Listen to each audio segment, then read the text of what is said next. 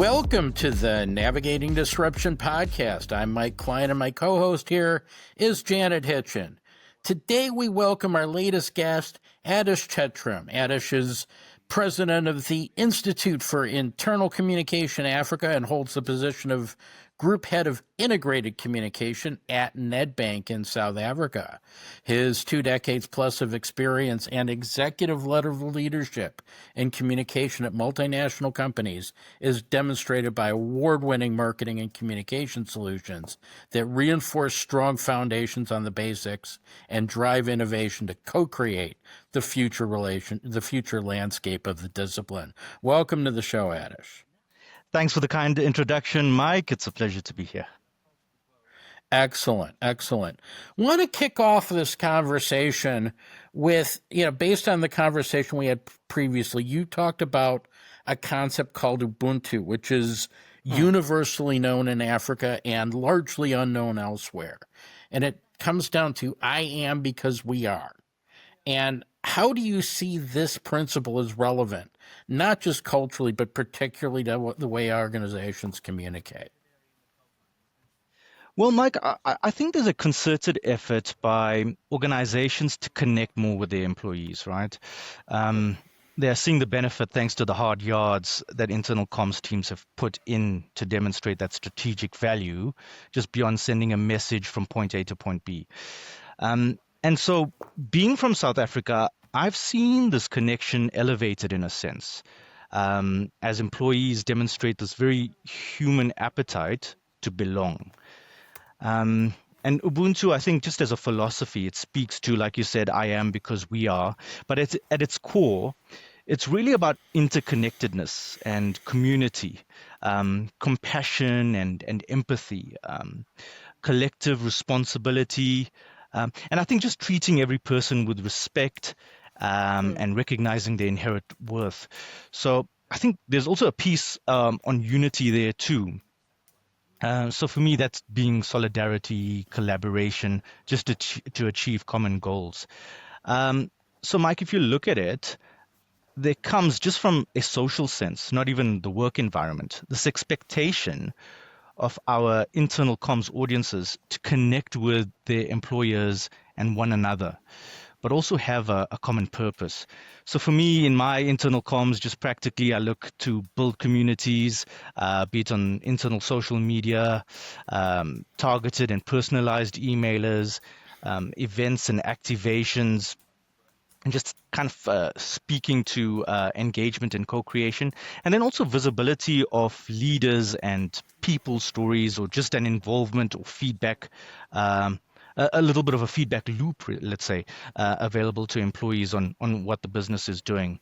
And then I think content-wise, looking at it as well, we look at diversity and inclusion, being inspired by Ubuntu, just as a key message, as well as what we do as a business to be relevant to the markets in which we operate, right? So be it financial inclusion, if you look at I'm working for a bank, environmental partnerships, or communicating products and services that help build communities. So for me, these have impact more than just purely a creative approach to internal comms. And we even have more practical ways of organizing our comms function, like building a center of excellence, or having an integrated calendar for all our key messages, touch points, and internal audiences. But we don't do checkbox exercises. I think we do it in a meaningful way that is guided by the teachings like Ubuntu. And I think that's why the South African context to me becomes so special. Well, it's interesting that you kind of, go ahead, I was just going to say, it's interesting that you talk about respect. I'm working with a large number of West African countries at the moment, and when I ask the question about, talk to me about, what motivates you, what about culture, about values, which is the value that sort of leads from a list of values that I knew had been kind of come up with a long time ago. And the one thing that came out really strongly was respect. And it comes back to, and nobody mentioned Ubuntu, which is interesting, but they did talk about it in that same way. You know, you said, I am because we are. I'm reading it because I want to make sure I don't get it wrong. And it was that sense of, I am my brother's keeper, I am my sister's keeper, I look after. Therefore, for the environment that I'm working in at the moment, it was more around safety. And it was more around that respect and making sure that everybody goes home at the end of the day. Because we are dealing with sort of life and death sets, you know, risk situations. So I really love that how you've kind of phrased that and kind of bringing it into that respect and that unity and that collaboration, which makes it feel when people in the West talk about it, sort of like in Europe particularly talk or America talk about engagement, it feels very fluffy. This feels like it's based in and grounded, should I say, in culture and respect for elders and tradition and all of those things, which actually seem to make it more powerful. Would that be true? Yeah, 100%, Janet. And I think no one's waking up in the morning and saying, I'm doing Ubuntu now, right? It's something that's ingrained in us and I think that's probably what you saw in West Africa as well. So in South Africa, it's just that appetite to belong, that appetite for building the community and what makes for really good communities. And I think it's grounded in that respect and actually seeing one another and moving towards common goals to build a better place. So yeah, totally aligned with that, Janet.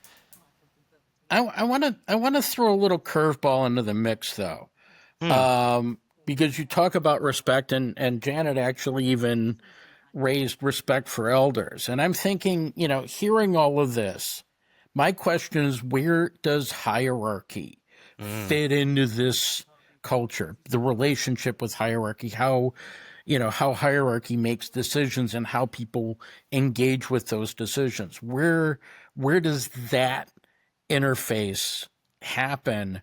And, you know, particularly looking at, and you know, you're working in an African company, both of you are working with African companies. How does that compare to what you see elsewhere? I think from my point of view, that leadership piece is certainly very important. I think we all need that guidance on a true north, on where to be going. But really, I spoke a little bit about co-creation earlier. And I think more and more what organizations are moving towards is dropping the stimulus of talking to priorities and strategic kind of directions, but almost creating a sense of engagement and opportunities for co-creation where you test out with your community, being your employees, on products and services and other offerings to say, okay, let's have a taste of what you think of this. Is there any feedback? How do you think they would be received by the markets in which we operate? So when that comes back, it's really about closing the loop and maybe doing something about it. And in that sense, staff start to feel like they're contributing to something bigger. There's more of that feeling of belonging and value to the business. And then also everyone pulling in the same direction. I think you create this amazing brand advocacy and brand ambassadorship that more formal, I think, systems and projects can't really achieve when you do it right in this way, where you're actually including people. So yes, you'll always have that leadership and some sort of guiding light and true north. But yes, you need to have that sense of community and co-creation. Janet, did you have any thoughts on that, given where you're at in the West African space? What I'm seeing in West Africa is slightly different. And I think, whilst I agree with some of the stuff that Adesh has said, I do think it depends, and I hate to use the journey word because, oh my God, we've overused the journey word and it seems very reality television and yeah. But it does depend where you are on that journey. And it does depend, you have to have foundations and you have to build from those foundations. And I think if you are in an organisation where there has been very little communication and you go in and you start to immediately try to co-create, it becomes people are like, what? Don't understand. It can destabilize in a way. So you do have to set up your foundations. You do have to make sure you have those building blocks in place, and then you can start to build, and then you can start to figure some stuff out. I also think it does depend on the culture that you are working within. And one of the things, so I've worked in my career in French organisations, I've worked in American organisations, I've worked in British organisations, I've worked with Nordics, etc., etc. What's really interesting with some of the countries I'm working with at the moment is that they have a history of previous French culture being there and colonialism. Let's not don't want to dwell too much on that, but that has left an imprint of certain French practices, and what the French practices have are they can be quite hierarchical, and they can be quite waiting and expecting for the hierarchy to tell them what to do and how to behave and what to be. So there's a lot of experimentation, there's a lot of trial and error, and there's a lot of trying to figure out what you're at, what works and what doesn't. Because the organisation where I'm working at the moment has 32 nationalities, which is enormous for a group of people who are about 3,000 to 4,000 people. 32 is quite a lot. But you have an underlying from the country, from the space where it is, you have that underlying sense of previous cultures that have left their imprint. And so it's working and understanding and listening. And there's a huge amount of listening that needs to be done first so that you understand what are those building blocks that need to go in before you start to build. So for me, kind of where Adesh is, we're kind of heading towards the top of the self-actualization pyramid of Maslow. Where I am is I'm sort of further towards the bottom, building, creating, shoring up foundations. But I think there is, again, it depends on the organisation that you're with. And it depends on listening to understand where they are, what is the culture of the people who are around you, what are the expectations, and then to start to build from there. Well, it's interesting that you've talked about listening. Listening is certainly one of the hot topics in the communication space. Another hot topic, in fact, probably the most perennially hot topic, is the question of having a seat at the table. And when I spoke with Adesh before, to prep for this podcast, you said something provocative, which was instead of fighting for a seat at someone else's table, we should be the ones creating a table where people need to be. Say a bit more about that. Yeah, 100%. And I think all of these business units should be fighting for you to benefit them, right? I think you have to understand your power. Let's maybe look at it from a different lens. If you look at internal comms, what do we really do? We kind of control the media, right? You control the channels. You control the ability of messages to go out there. You're in a position of power. I don't think internal comms really realizes what they have in their hands, right? They control the media internally, basically, and business units must make their case to you, right? And not be escalating you. We also, you said we speak about getting that seat at the table, but this then becomes us making our own table, right? And rather important for those guys to say, we want to be an audience at that. You have your fancy videos, your lock screens, your emailers, you even write CEO scripts. The business needs you. And one of the things I always say, and we've got 26,000 staff at Nedbank, I say to leaders, listen, I'm on a daily basis talking to your 26,000 staff. I have an influence on what they think, feel, and do on a daily basis. They create your products and services. They talk to your clients on a minute-by-minute basis. They decide as talent whether they're going to stick around with your business or go to your competitor down the street. So internal comms is rather important. And I think we need to start changing that power dynamic and also just the understanding of who we are in the business and the actual value that we can bring in there. I mean, I can talk to the intrinsic value we have a little bit later on, but really, first it takes us to recognize that as internal comms, and then basically start building that table, I guess. I really like what you're saying, Adesh, because Mike will laugh, but I was at the Communication Leadership Summit that he ran a couple of months ago, and I insisted that anybody who started talking and wanted us to have a conversation about the seat at the table needed to get in the naughty corner, because I am so bored of the seat at the table conversation. But what's really interesting, and what your comment sort of made me think about, was back when I was working in a very large organisation that we didn't have, we couldn't figure out everything was happening all at the same time, and things would be coming at us from all different angles.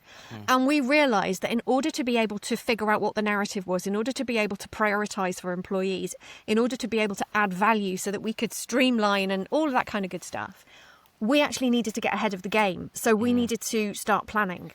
And so before we even got to the communication calendar, we realised we couldn't create one because we needed to understand what was happening. So we started to actually do what my director at the time said, it's not really our job, but it was the bit of our job that was beforehand that nobody was doing that would actually feed us information. So we created virtually that table. And we created a way of saying, tell us what's going on. You can't tell us what's happening annually, but tell us what's happening quarterly.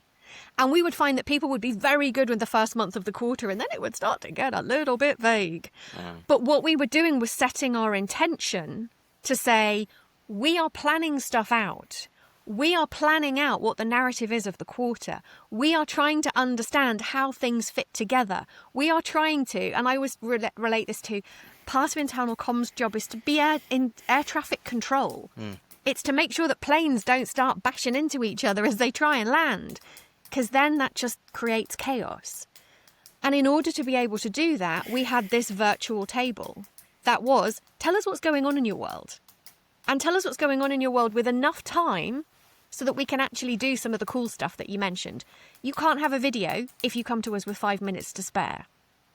And then it allows us to say, okay, for people that tell us stuff 6 months in advance, hey, you can get really cool stuff because we've got time to figure this out, work it out. 100%. And if you come to us with 24 hours, this is what you get, and you don't get anything else because we don't have the capacity to do anything else for you. And by pushing that back, it took us a while. It took us several years to be able to figure this out. Yeah. But the more we pushed for this, ultimately, that table, that spreadsheet, that got taken over by a PMO office, who then were able to feed us that information so we could work on the comms calendar and the other stuff. But if we hadn't had any of that stuff, everything would have been hey, you get the 24 hours notice, it all gets a little, because otherwise we've got an air traffic control problem.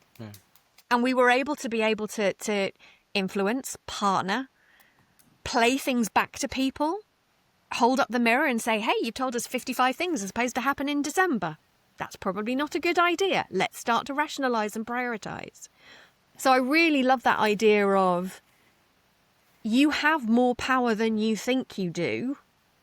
And if you don't get stuck at the table you believe you need to be at, how can you create your own?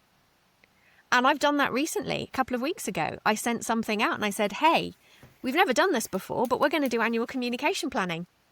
Let's go. And everyone kind of went, oh, and we're having conversations, and it's great because will it be perfect?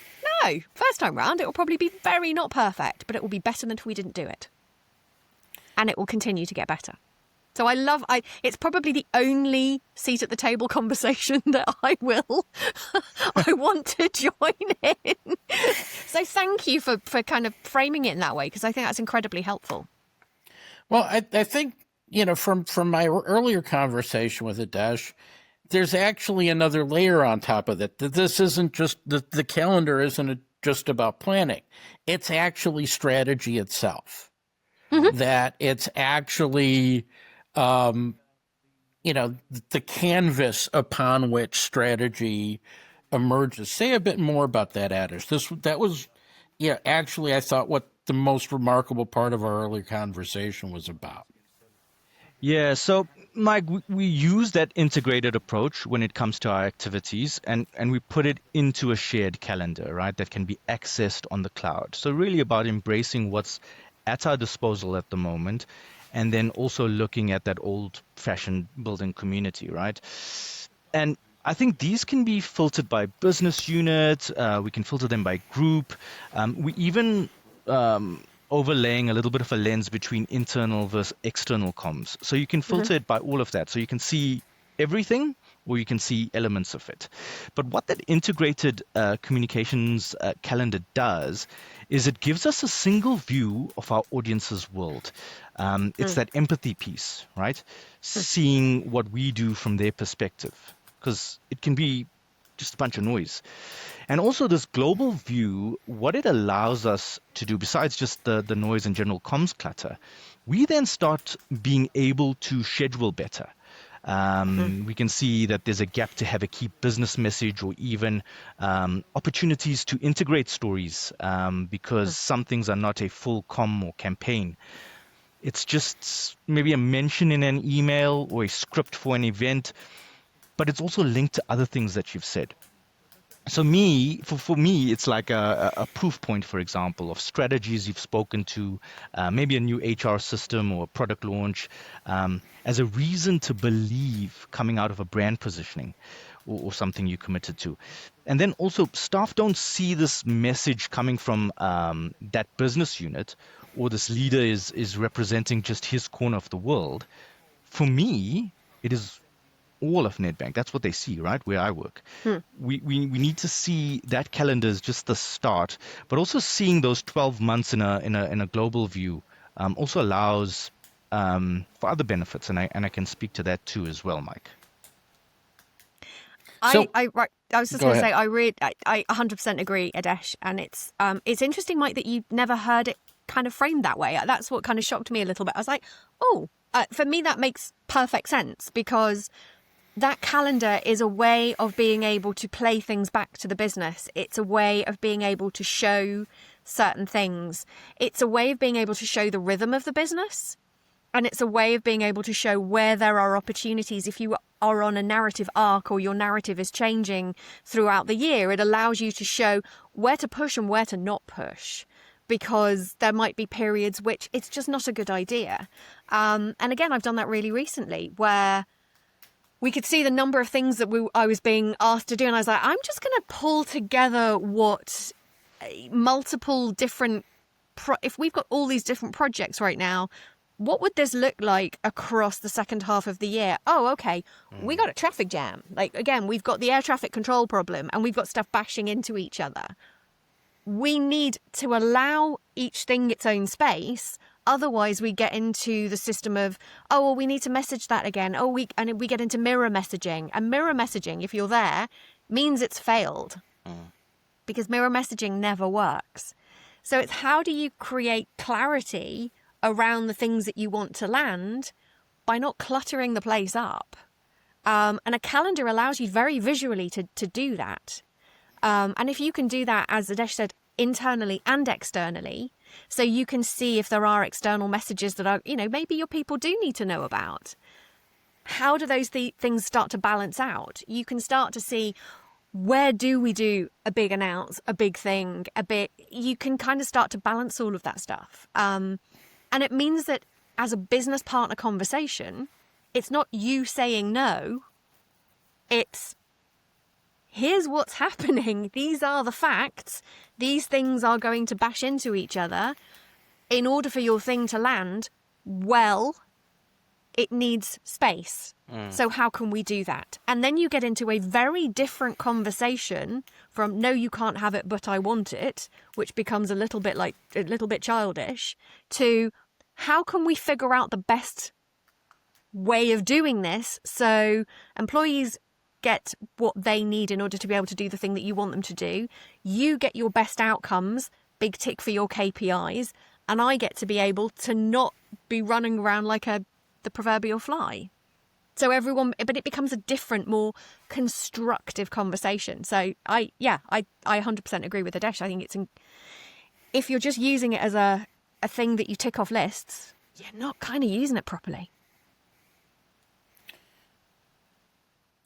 Well, I mean, in my experience, it's often been, the planning piece has often been driven bottom up rather than, from a 360-degree perspective. And maybe that speaks to more of my roles as for lack of a better term, shadow communicator supporting a major initiative rather than being the overall internal comms manager. I've seen that exercise be more as almost turf warfare between stakeholders who've got competing KPIs, who have kind of existential needs to get stuff done at specific time, compared to treating the calendar as a strategic canvas. But I mean, that's my own experience.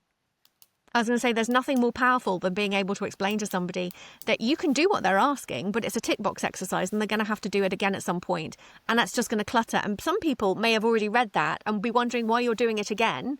And others who didn't read it will probably still not read it anyway, or engage with it or become involved with it. So it allows you to have a different caliber of conversation. And that's where the business partnering piece becomes really powerful. Because it's not about, can you do this thing? Yes, I can. Oh, I can't say no to you. Da, da, da. It's about, well, what's right for the business? So if you do have turf warfare, I kick it back to people. I'm like, okay, but I'm telling you, these things aren't going to work. Adesh, I mean, if you end up with people who are like, but I must go in January, like, how do you figure it out? Do you kick it back to them and say, go figure it out?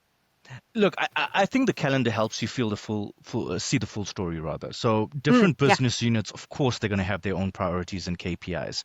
But I think internal comms plays that, and if you do play that true strategic partner role, our job then is to guide these business units on how to communicate and land their respective stories, but also to make the links or golden threads to the group priorities. Right, so the business units bring the group promises to life, right? And so they also become important partners of yours. It's mutual benefit. They have the content. So it becomes your job to show them that they fit, and where they fit, and what will make their story sing contextually, to have meaning and purpose in the picture. And I think that's where messaging, measurements come in, to actually demonstrate this over time. I mean, Janet, Mike, these are not overnight wins that you have with people who are only looking at their KPIs. No.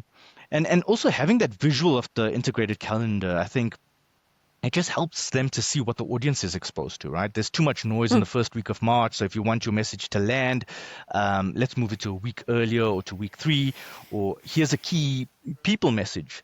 And we feel your purpose message fits there more, or has more credence when combined with the story or campaign. So I think when we see the opportunities to integrate better and have more coherent messages with actual proof points and meaning on the ground, then also you kind of leave the business units happy, because they have their time in the sun where they need to, because they're looking at this noise and they're saying, I've got an available block for you, or it integrates better with this to kind of ramp up to your story. So it allows you to really look at it in a holistic way. I think then also it can help you, this calendar, to diversify your channel mix, right? Because then you can see where you really clogged under on certain channels. So not just your timing. So you reach your staff differently based on the effectiveness of that channel, or the availability of that channel, or the cut through of that channel. The integrated calendar, I think, then, and really scheduling things. I think if you look at marketing, and I always talk about a really good internal comms function takes its inspiration from a full marketing function, the guys who kind of schedule media buying and those kinds of things. I think if you do your calendars in that way, it allows your stakeholders to see where the possible comms noise is and where they can have their time in the sun. So for me, I think that transparency helps them understand you and your audiences better. There's also a model, Janet and Mike, where you have representatives who can negotiate with reps from other business units within their business unit, right? So if there's something of priority on their side and you say, hey, listen, I've only got this one spot, you can have them negotiate. But I only subscribe to this model if internal comms is a true and proper strategic partner to the business, and we have true credibility in the business, because I think it then goes from actually looking at business priority and what's really feeding into the business strategy versus the tick boxes we often talk about. I really like that idea, and I want to almost expand it out a little bit as well, because I worked in tech retail, and there you have you can even use this for operational communication. So where ops comms becomes something which is last minute, something needs to go out. It's very reactive. And actually, what you can do is you can play things back to people. So you can say, let's look at what happened over this month. Let's look at what happened traditionally or typically, and let's start actually playing back. And we were able to do that in an organisation I worked for, where we were able to kind of play back, even down to the different days of the week when things were landing, and to be able to then go and talk to employees and say what works and what doesn't.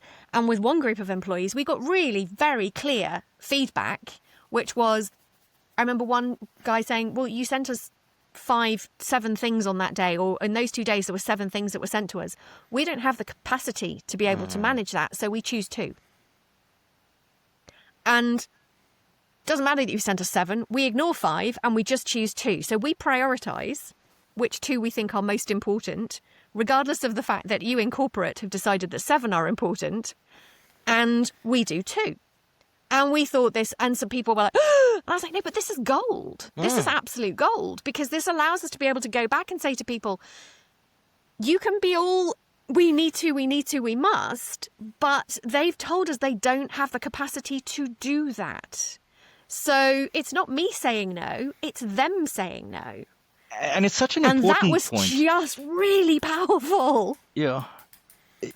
It's such an important point, Janet, and sorry to jump in. No, please. When you have, and especially in some companies, we have such limited capacity within internal comms. If your team is struggling to do all of the work, imagine your audiences struggling to look at 7 messages. And I think that's a great message.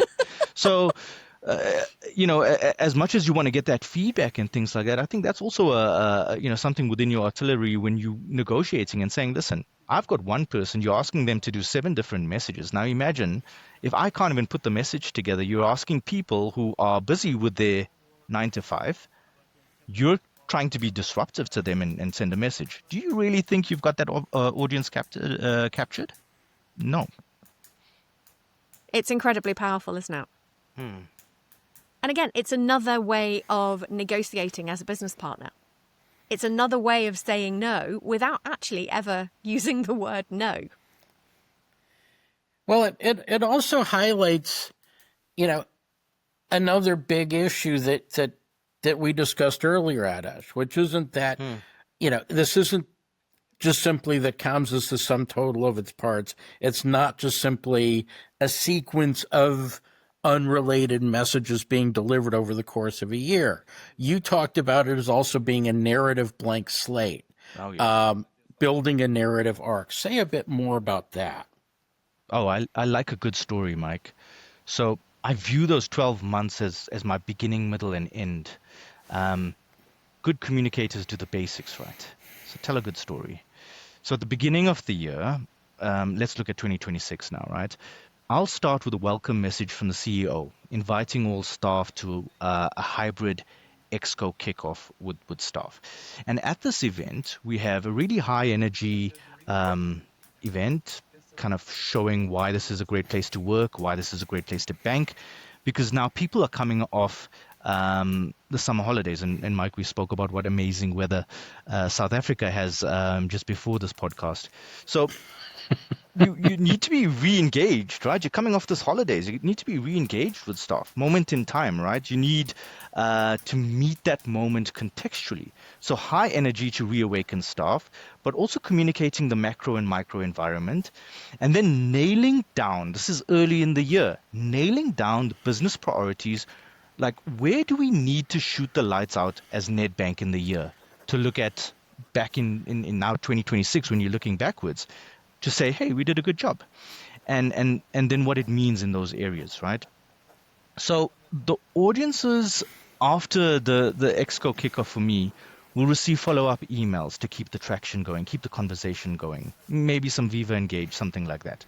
They will even have kickoff events or videos or emails in with their direct lines, so almost cascaded, right? Trying to bring it to make more sense to their environments, more contextual.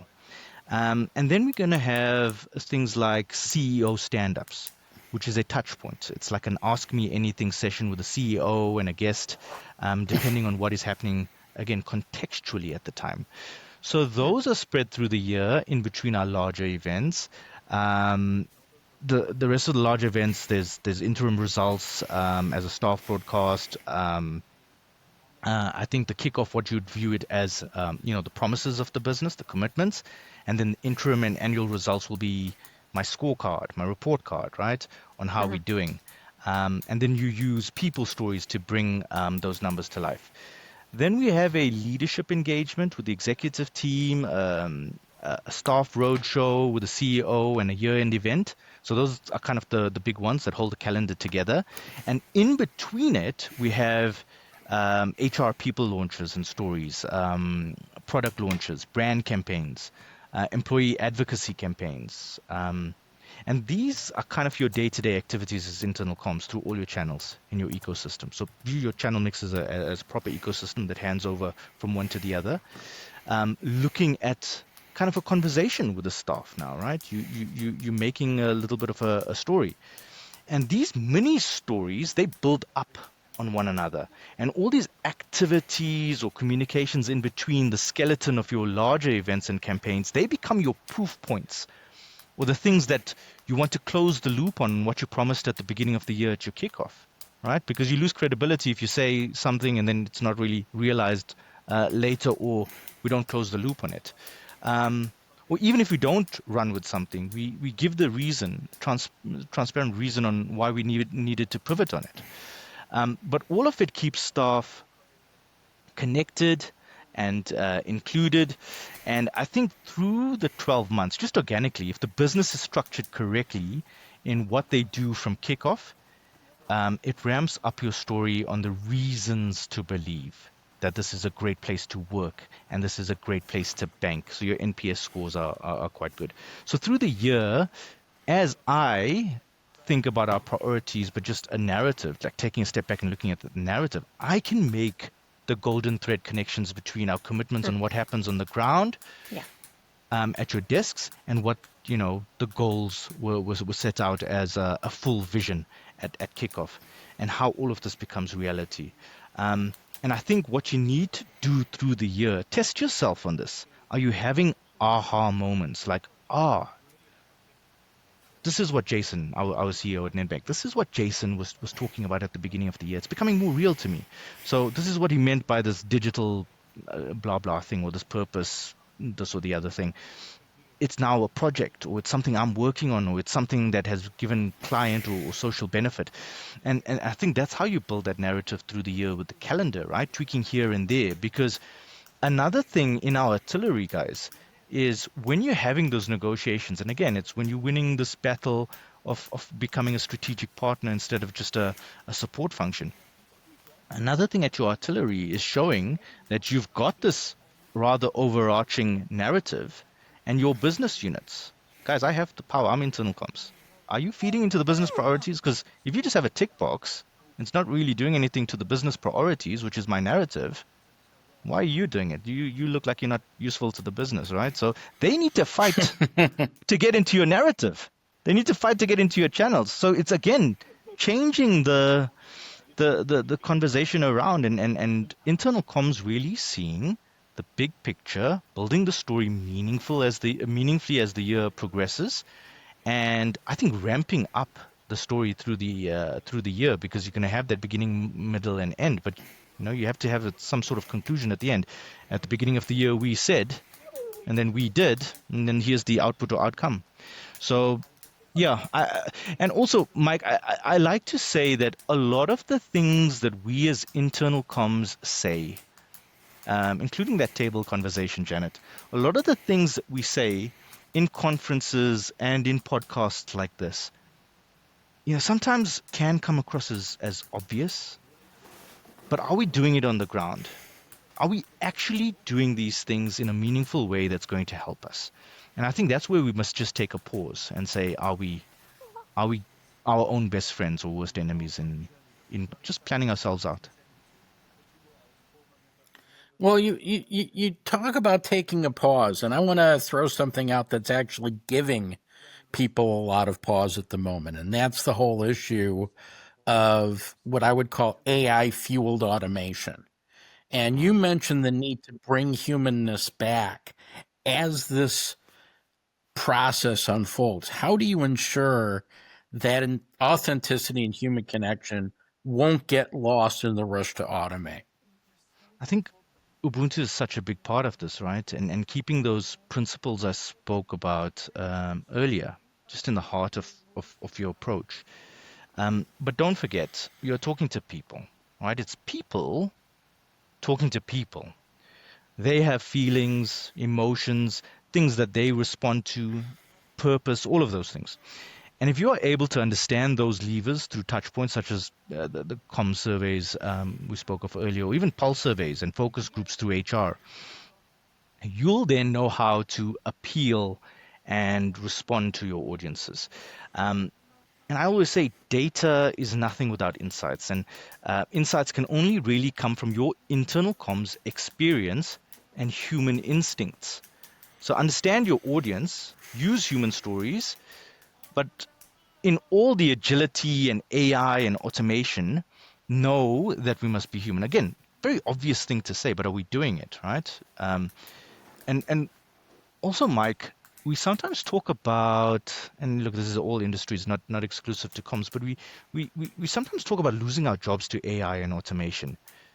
And that is not what I see, having been in the industry for over 20 years. What I see is that comms practitioners won't lose their jobs to AI, but rather to the person next to them who is able to use AI effectively.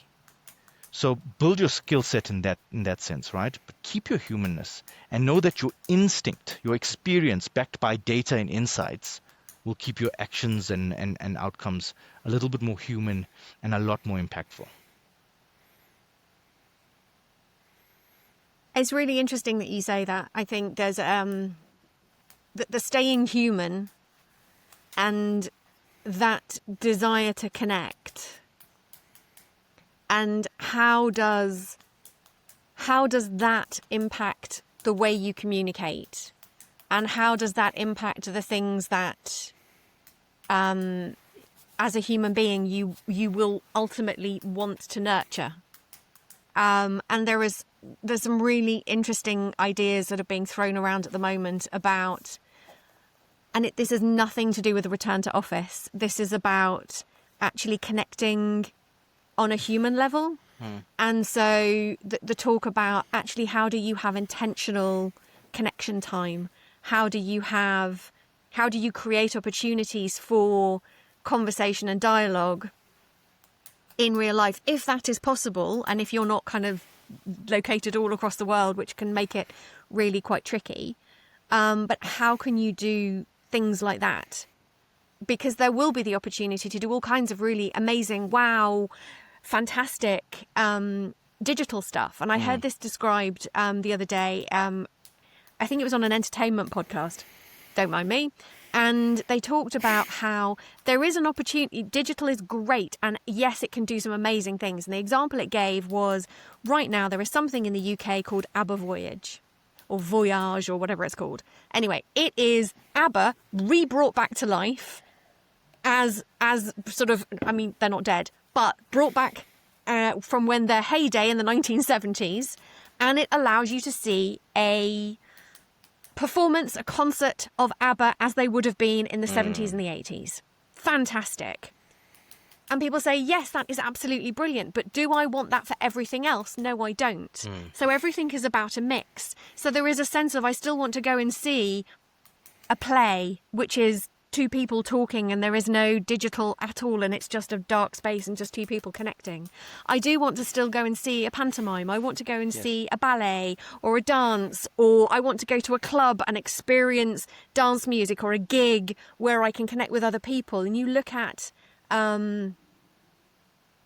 Taylor Swift's concert, Oasis's concerts recently, and the sellouts of these things where people want to come together, but ABBA, that will still work. So it's actually, how do you create, if you're looking at this and bringing it to internal comms, it's about, okay, so what part of your channel mix, the things that you offer are actually allowing people to feel connected, allowing people to feel less lonely, allowing people to feel that they belong, allowing people to connect, as you said, to that Ubuntu sense that is really important in Africa. And that's not to say that the digital and the AI is bad. It's just to say it's part of the full experience, and it's only a small part. Absolutely. And I think one needs to view the digital piece as the enabler. The human piece is still where you're going to connect. And I actually wanted to talk, Mike and Janet, to a few trends, because when people ask me, okay, what do you see as the trends in communications in South Africa? People want to talk like, oh, we've got this app and we've got this gamification and we've got this thing. But those are like tools. For me, the trends are, what's going to underpin your messages and what it is that you really want to do and achieve, and then using those things as a means to an end. So for me, when I'm talking about what's trending in Africa, I'm talking about storytelling and what is taking root across Africa right now is I see Afrofuturism, which is something I had a really deep conversation about yesterday. And that's just a little nod to Black Panther and Wakanda here. I mean, it's far beyond that, Okay. but I think pop culture as a reference, that's the best one I can give you guys right now. It reminds us that our future as South Africans is not imported, right? It's not coming from somewhere else. It's imagined and built here. We shape our creativity. We shape our context. We know our context. And I think it also inspires our employees to see themselves as architects of tomorrow when you speak to it in that Afrofuturism way, not passengers of global trends. You're empowered to do things. So it's a slight, when you talk about trends, it's a slight different way of looking at your messages and even how you use your channels. And that cultural pride, I think it fuels that further. I think it, the best way of doing it is turning local idioms and languages, music. We use music a lot and different rituals. We use that and make them into kind of shared company assets that build that belonging. So when people, they see their world reflected inside their organization, I think they would give more of themselves to it. And I think that's things that we need to measure. Another thing in South Africa, just from a trend point of view, and I'll speak to maybe just a couple quickly. Another one in South Africa is humor rather with heart.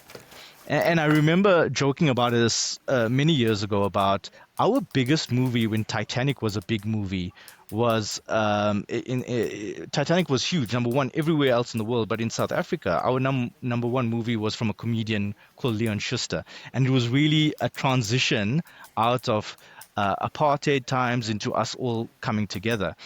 And it was because people wanted to laugh together. And I think that's just distinctly the South African way. So if you're asking me about South African trends, that was just the South African way of laughing through chaos. And in comms, it's not about the jokes though, right? It's about the relief. And it's about humanizing tough messages and creating connection in that uncertainty, but also giving people a smile that says, guys, we're in this together. And I think there's so much to be said about that. And then another one is just like local storytelling. I think it's redefining engagement. So we are moving more from that corporate gloss and that digital and all of that to real voices, right? What's the security guard saying? What's the call center agent saying? What's your community champion saying? Those stories to me reveal the company's true character. It's what's happening on the ground. And I think that authenticity, I think, can outperform any creative or digital or AI campaign. So as much as all of these things are big right now, it's just using them as tools. And then I think the last one, and I mentioned a little bit of this before, kind of being future fit businesses, and it speaks to that, but it's purpose over product. So internal comms, I think, if we only sell what a company does, and again, it's off my approach of Ubuntu. If we always sell what a company does, we'll always fall short. But if we explain why it matters, I think you have a little bit more of a response from your audience. So I think the lesson there is purpose is probably your new performance, right? The more we communicate meaning, I think the more meaningfully people will perform. So they're asking questions like, what are you doing in the communities? What are you relevant to the South African nation building story right now? Am I proud to work for this brand? Those kinds of things. So for me, these are the things that underpin your messaging. And if these things come first, how you get to the audience and all of that, that's the creative way or the enabler or whatever it is. So you can use digital AI and all of that. But as long as at the core of it are these kinds of things. And I think that's why before we ended, I really wanted to come in with some of the trends that are in my mind, because we had attended the Luries, which is an awards week here in South Africa for good marketing and comms. There was a lot about this Afrofuturism. And it spurred a lot of conversation between a lot of creatives across the industry.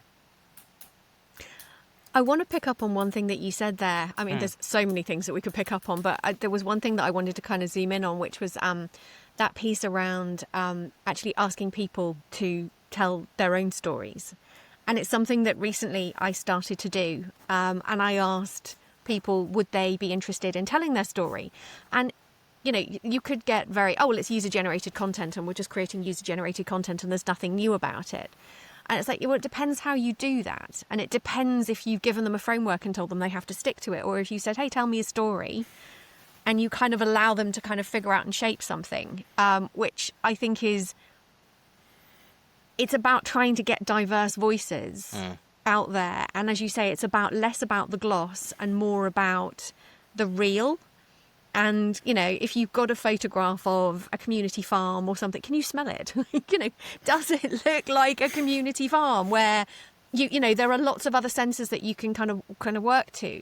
And I'm working with a designer at the moment. And one of the things that he said when I sort of shared, like, here's what we're doing at the moment, here's how it all works, here's some stuff that I want us to here's how I want to kind of elevate where we're going with this. One of the things, his immediate piece of feedback was, what's great is nothing that you're using, everything is authentic.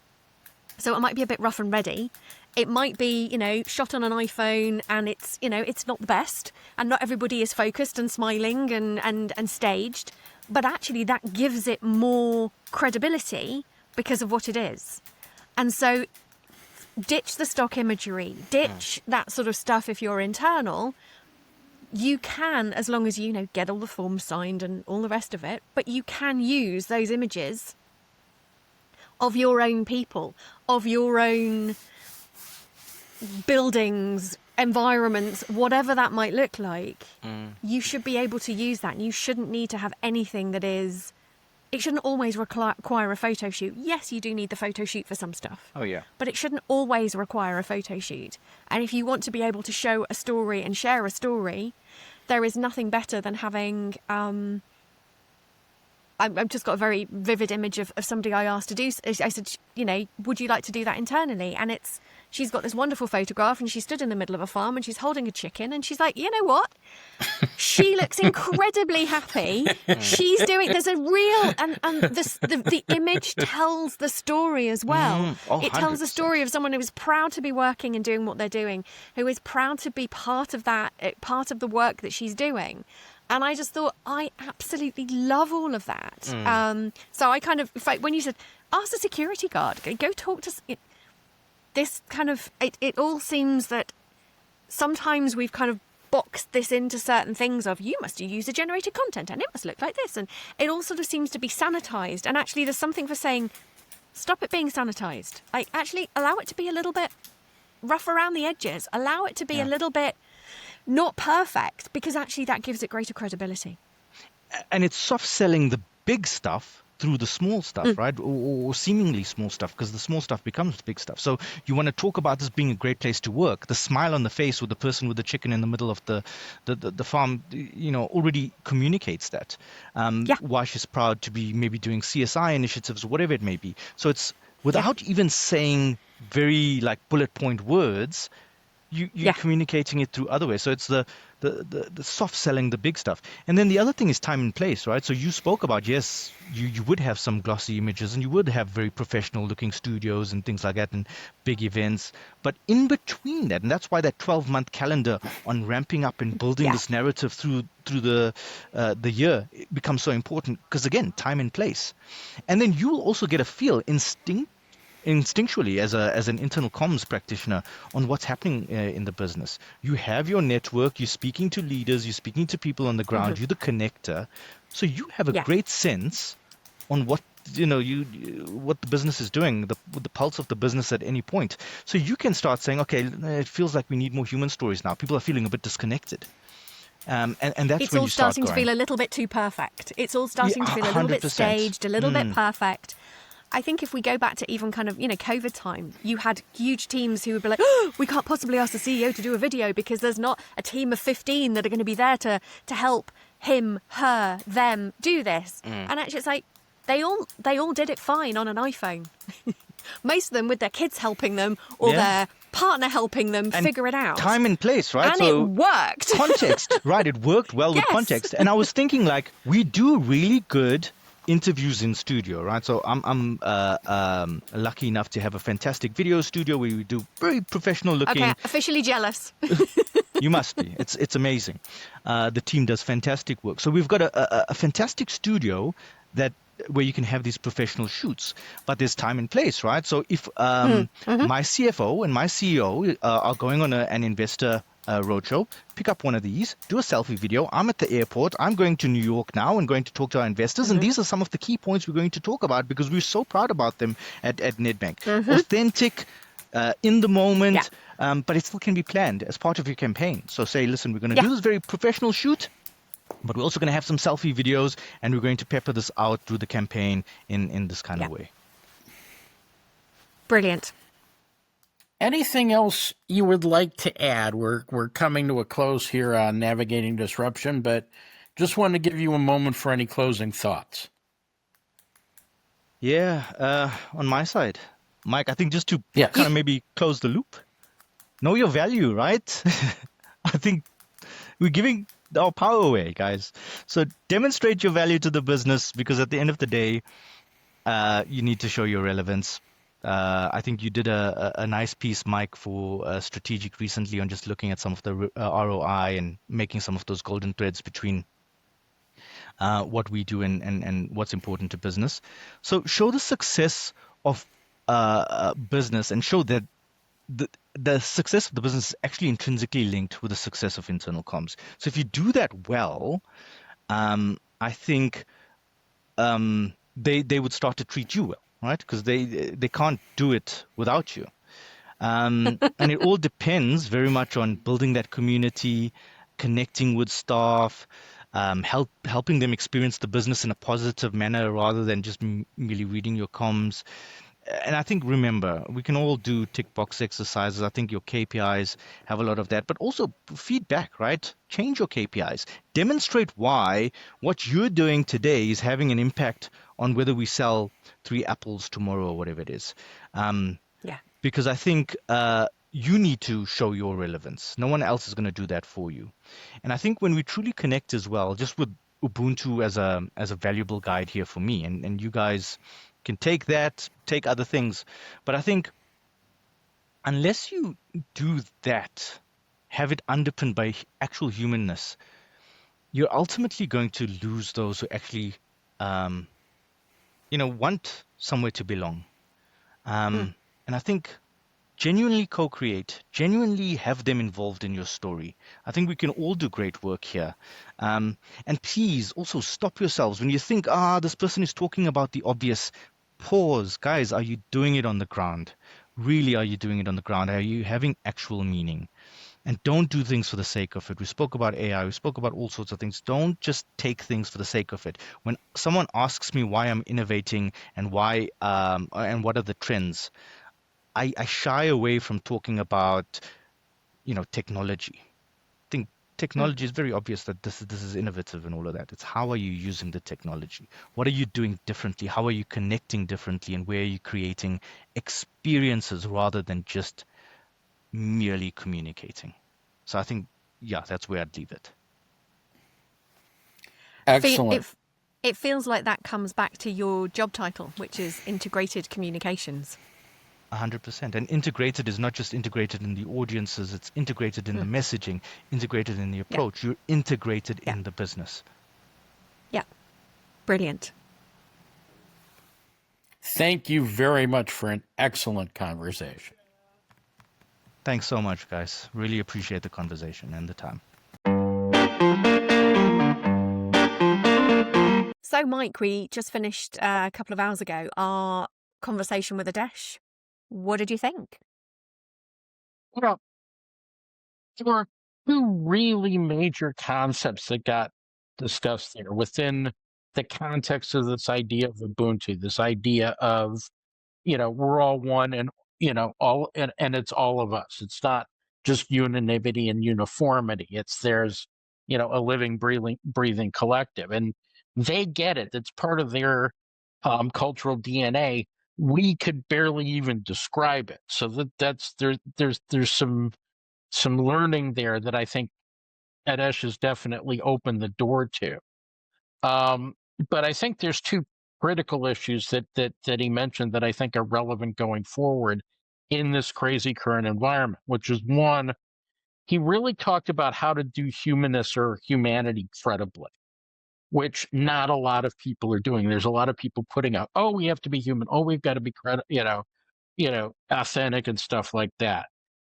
Adesh made it very real in a way that I haven't seen too many people, certainly from the Anglo-American space, been able to do. So that was huge. Second, in terms of the whole seat at the table conversation, he brought an element to it that was absolutely critical, which is around owning the context. If you own the context, then you've got a room to put the table in. And that's what he's doing in South Africa. And I think people in our space can learn a hell of a lot from it.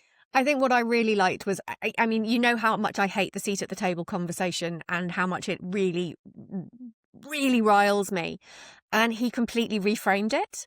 And that whole piece about actually, do you understand as a communication professional where your power is? I thought that was incredibly well framed. And how he uses certain tools like the calendar, like a calendar isn't just there to spit stuff out, which I 100% agree with. It's how you use these tools that you have in order to be able to have. And I'm going to come back to it. And I know I say this a lot and I'm like a broken record, but it's how you have better business partner conversations, how you build better, stronger relationships so that you can actually have the conversations you need to have in order to be able to achieve the outcomes that your partners want, but also that mean that employees aren't flooded or overwhelmed with information, or they're just kind of, there's so much going on, they just pick and choose and they go, yeah, you know what, I'll pick those two and I reject the rest because I just don't have time. And he made that really practical, really simple. And he, there was no, oh, here's a framework that's 55 pages long, or here's a really complicated thing. It was so nice and easy the way he explained it. And it's really interesting because I always assumed when I left big corporate job that that's how everyone did it. Because that's how I did it too. That's how we use that calendar. That's how we had those conversations. And to hear somebody else actually say that is affirming, because so many people thought I was nuts. Or I would talk with heads of HR or heads of people who would be like, oh, I don't really understand what you're doing. Why don't you just do campaigns and spit out churning content? And actually hearing someone else go, no, that's how we do it too. Because like, oh, okay, I wasn't mad. So that's always very nice to hear.